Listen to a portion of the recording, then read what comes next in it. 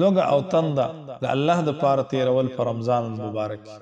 یو پیره هارون الرشید بادشاہ وي په دربار کې ناست او اوبه غوښتلې، یو عالم ورسره خوا کې ناست، نو هغه ورته وی چې باچا سلامت یو تپوس وکړي چې وکړه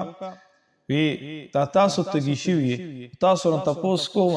چې تاسو تږي شئ انتهایی سیوه، دومره تږي شئ چې ته پته ولګي چې وی کوبه مې ونه څښلې نو مرمه، د تندې د لاسه مرګ را روان، او تاسو له اوبه نه میلاویږي او یو کس اوبه درکې خو درته وایي چې بهی ته به ماله د دې په بدله کې څه راکړې نو څه به ورکړې؟ هارون الرشید باچا ورته وایي نیم سلطنت رانه غواړي، نیمه بادشاهي د دې ورکولو ته تیار وي. باچا سلامت دغه اوبه چې بیا بهر نه وځي واړو کې او د سماعتې ستا هغه بند شي او داسې بند شي چې خطره ده چې ته ترېنه مړ شي، او بیا درته څوک ووایي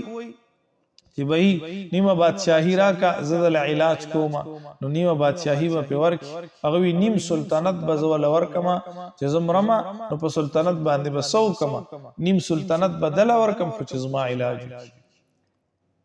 هغه عالم هارون الرشید باچا ته وایي وګوره دا اوبه څومره قدر واله څیز دی، ستا دا بادشاهي ټوله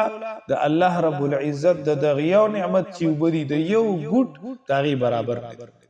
د هغې قیمت دی نه سیوا دی.